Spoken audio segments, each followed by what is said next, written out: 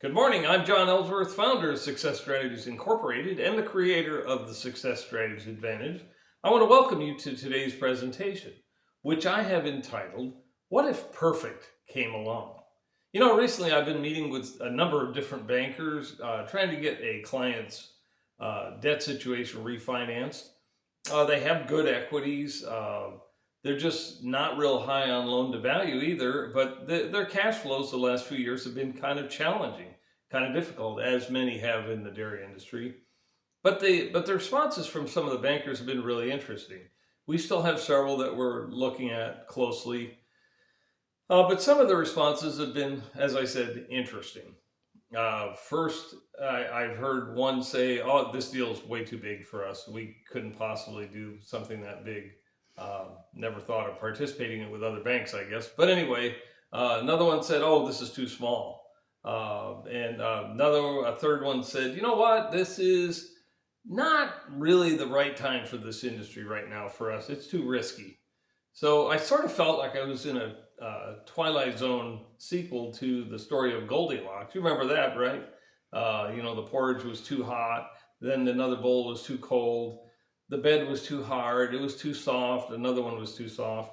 Anyway, on the contrary, I think it's important that we look at every deal as not being perfect.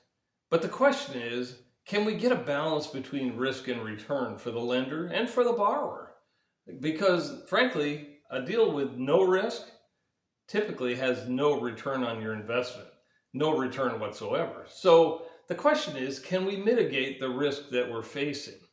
Otherwise, we get faced with the story you may have heard about the guy who was looking for the perfect wife.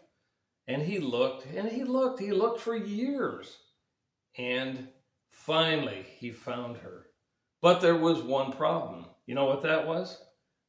She wasn't looking for him.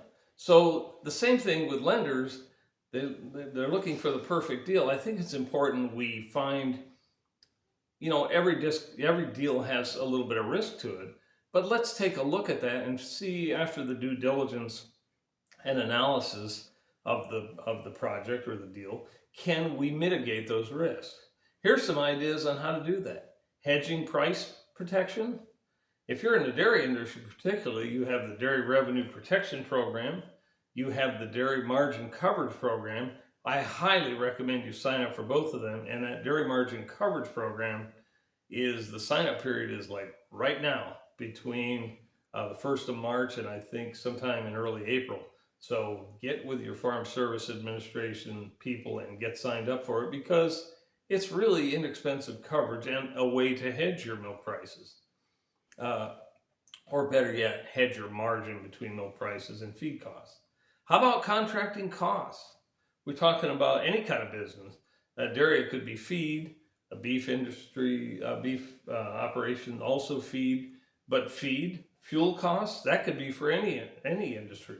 How about insurance? How about some other costs? Contracting costs can be a real benefit to you. How about fixing interest rates is a third idea. If the timing is appropriate, rates are really high now, so I don't know this is a time to be fixing rates, because I expect in the next 2 years they'll probably be dropping. They're probably level where they are now, and I expect they will drop over the next couple of years. But point number 4, part of the due diligence, does a borrower have plans to succeed? Does he have a success plan in place? Does he have a plan to expand? And the best way to answer that question is he doing number 1, 2, and 3? The hedging of price levels, the fixing of some costs, fixing interest rates. Does he have a plan in place? Those are probably the best indicators of having one.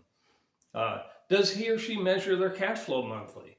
I have a system that's available to you at Success Strategies Advantage, which is on the Success Strategies website. And I'll talk about that in a little bit. But are they measuring cash flow? Do they know what their position is in terms of cash flow month to month? It's important. Do they have a plan to boost efficiencies? These are all points that need to be considered. And in the meantime, I will keep searching for another lender for this refinance of my client. And who knows? Hopefully I'll be like Goldilocks and find the one that's just right. Anyway, I want to thank you for listening today. Again, I want to mention the cash flow system we've developed. It's an online system you can use, fairly inexpensive to utilize. It's called the Success Strategies Advantage. And if you go to our homepage, success-strategies.com, go down about half, 2/3 of the way there, you'll see some milk cans. Look for the milk cans, and it'll tell you all about the program. You can click on it there. Again, I'm John Ellsworth, founder of Success Strategies Incorporated and the creator of the Success Strategies Advantage. I want to thank you for listening today. Thank you very much.